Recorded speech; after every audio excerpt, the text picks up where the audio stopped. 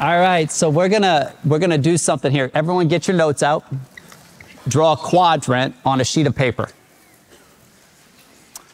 Quadrant is a line down the middle and then a line, okay. So the first thing I want you to do is go to that top left quadrant. And this is the question Becky and I asked last year. What does the modern athlete have to go through that you didn't when you were coming up? Just bullet point, however many answers come to your mind. And as you're doing that, we're gonna flash this up on the screen and just show you some of the most common answers that we see from coaches. Becky, which one jumps off to you? I mean, there's no doubt that social media has changed the game for everybody. And I think going a little deeper with that, it's not just social media, but that constant stream of feedback and comparison. I want to show you something, okay? So this was floating around. Did you see this video? Okay. So if you haven't seen this video, you guys can kind of see what's going on. Couple of things as you're watching this. Look how many views there are. How many likes? Do we have a handheld mic? We do? Perfect. Reg, you mind if your daughter comes up on stage? Becky said she's going to give her seat for just a second. Come on. All right.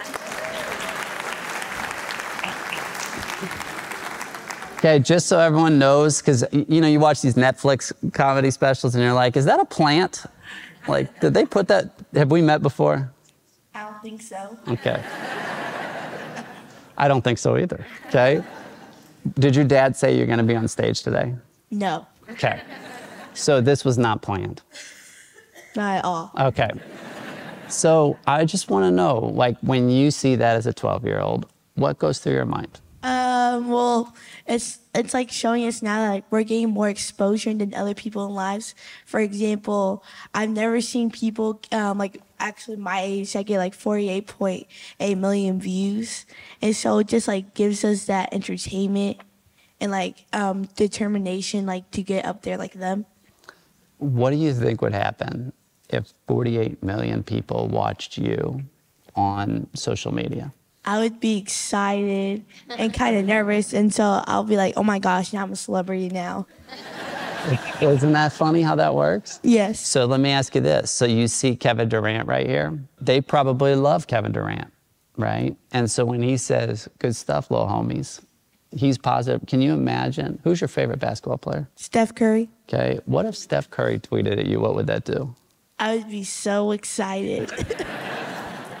And so let me ask you this. You said you're 12? Yes. From a 12-year-old's point of view, how much of what you see on social media do you think is fake? A lot. Like, if you're going to percentage it.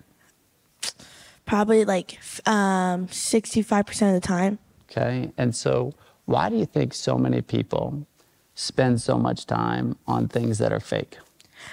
Probably because like it gives them so much entertainment. They probably don't know it's fake though, and they're like, oh my gosh, they think it's mind blowing, even though it's like not. When did you start to realize it was fake? When people post these videos and like, let's see if it's fake or not, and it's actually fake. And how long ago was that for you? Last year. And do you feel like social media is pretty addicting? Yes, it is. And why do you say that? Well, because like it's so much entertainment. It gives us more of a bigger view in the world, even though it's like fake. It's like your imagination coming to life. Yeah. And what do you think the biggest downside of social media has been for you? Probably like you can be so addicted to your screen, you forget to go outside. You don't know what the real world is out there. It's powerful. And when you say that, what does that make you think? That makes me think, dang, I gotta cut my screen time. All right. Let's give it up for her. Hey, thank you so much.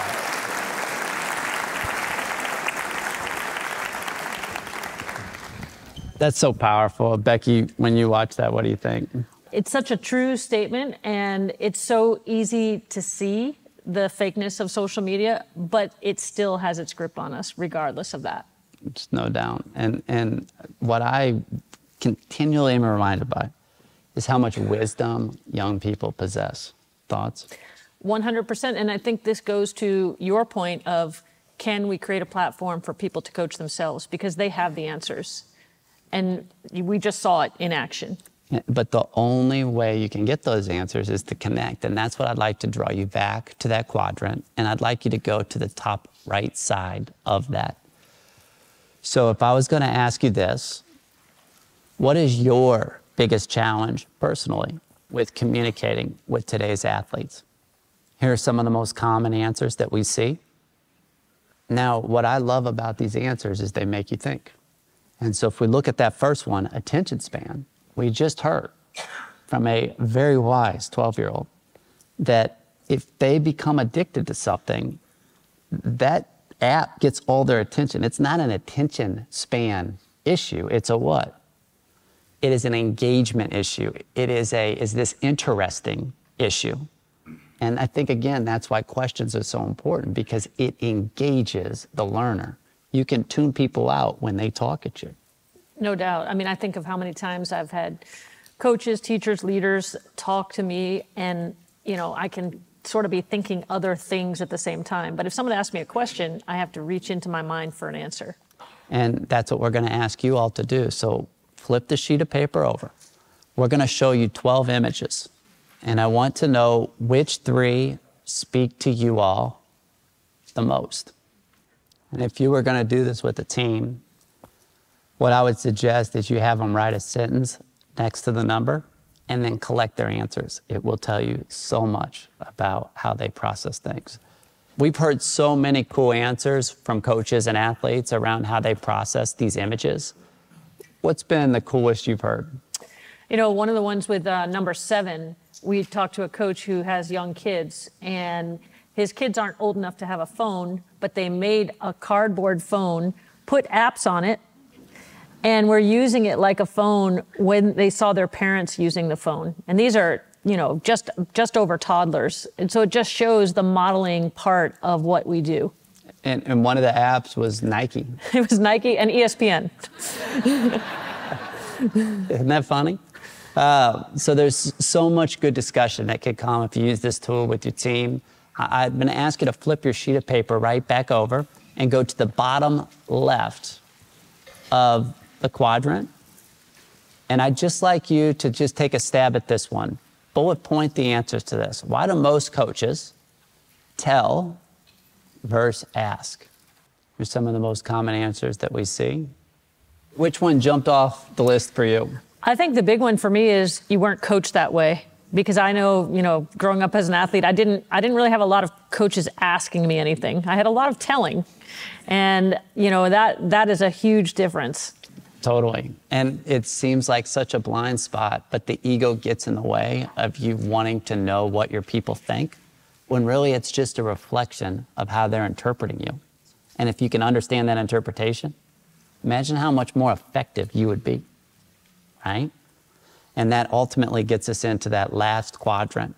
So if I was going to ask you to bullet point some of the answers that come to your mind, what are the benefits of asking questions?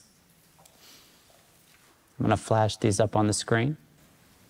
Becky, which one jumps off the page at you? Well, there's really 2 that really hit me. I think one is maximizing the intellectual capital in the room. We just saw that happen. And then the second one for me is expanding the collective perspective and empathy. I think that's something that really makes a huge difference in terms of connection with teams. And hopefully you all will see through the conversations we have today how honest feedback can drive performance.